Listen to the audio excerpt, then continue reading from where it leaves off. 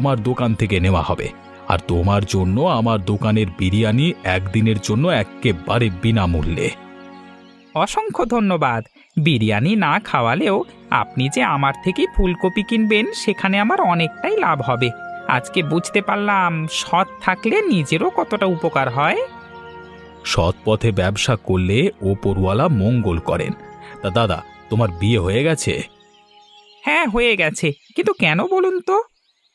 আরে না না, তেমন কিছু নয়। তাহলে বৌদিকেও নিয়ে আসবেন, এটাই বলছি। ও আচ্ছা আচ্ছা, হ্যাঁ আমি আসবো।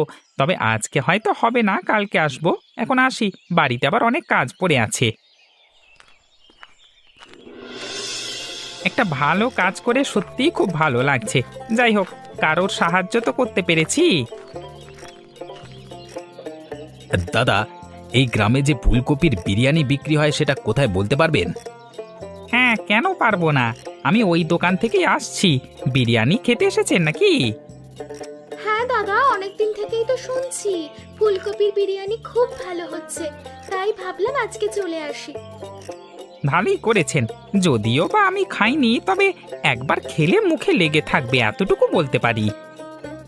বাবা, আপনি না খেয়ে এতটা জোর দিয়ে বলছেন, তাহলে তো মনে হচ্ছে রাঁধুনির হাতে জাদু আছে।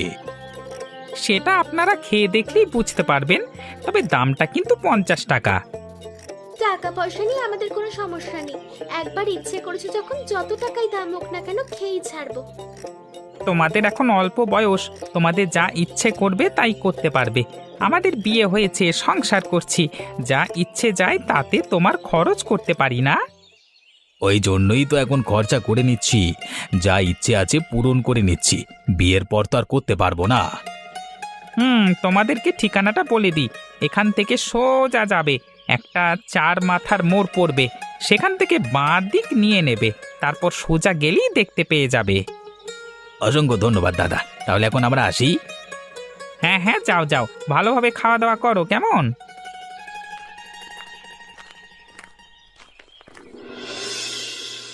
রান্নাবান্নার কাজ মিটে গেছে, এবার এদিকে টেবিলগুলো একটু পরিষ্কার করে নিলেই হয়ে যাবে। ওরে বাবারে, মাথাটা কেমন হচ্ছে। গিন্নি, গিন্নি, তাড়াতাড়ি একবার এদিকে এসো। কি হয়েছে গো? তুমি এভাবে এসে বসে পড়লে কেন?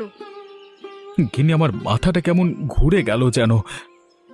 তুমি একটু জল খাও, দেখবে অনেকটা ভালো লাগবে। এসব গরমের জন্য হচ্ছে। তোমার যেহেতু শরীর খারাপ, তোমাকে আর দুপুরের দিকে দোকানে থাকতে হবে না, আমি এদিকটা সামলে নেব। না গো, ওইভাবে বললে হয় নাকি? তোমাকে আমি একা ফেলে রেখে চলে যেতে পারবো না। একটু বস।